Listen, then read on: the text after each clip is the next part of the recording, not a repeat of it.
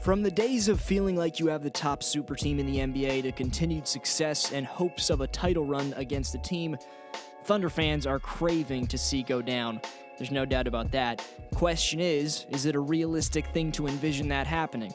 Some will tell you that the All-Star team is too much to even have a discussion about that. Don't forget all the talent in the West, though. There's some legit squads that won't go down easy.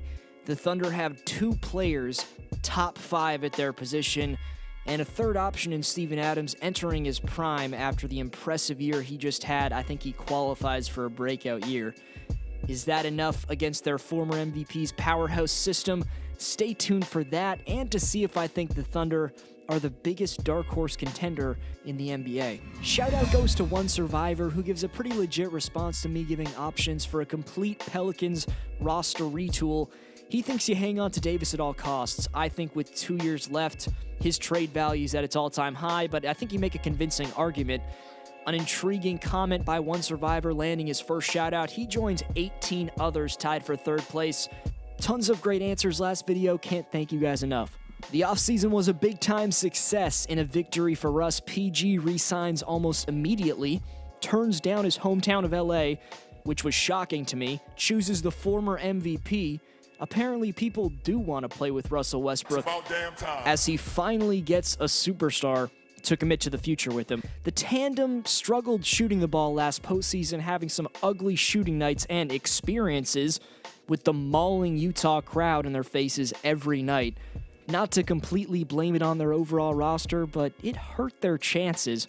Role players have a big meaning in this league.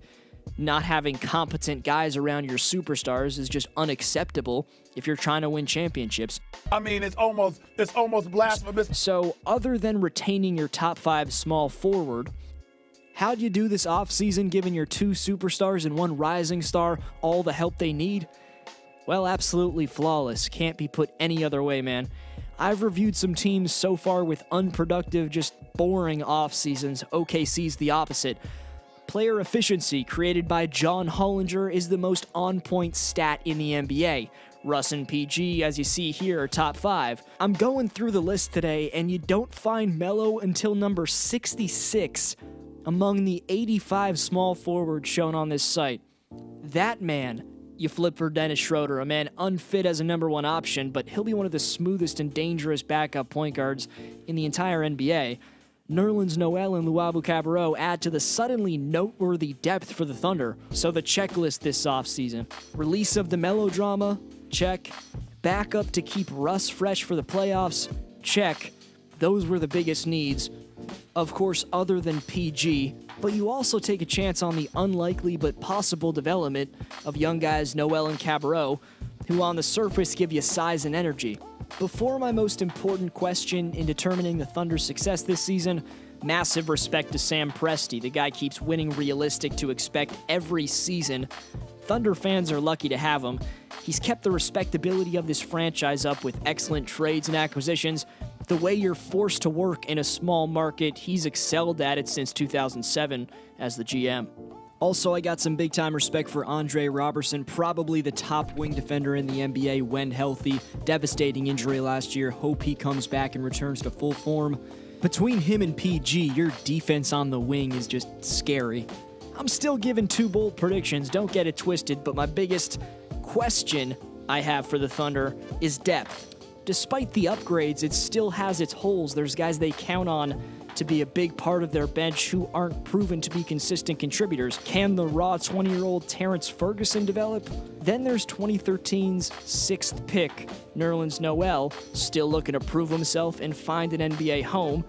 It's on all those guys to have gathered the confidence this summer, that's obvious, but giving them a young floor general, former leading scorer on a team, entering his prime, every single one of those Thunder bench players gets better looks, less pressure, and a ton of confidence while giving the guys you need most in the playoffs valuable rest all season long.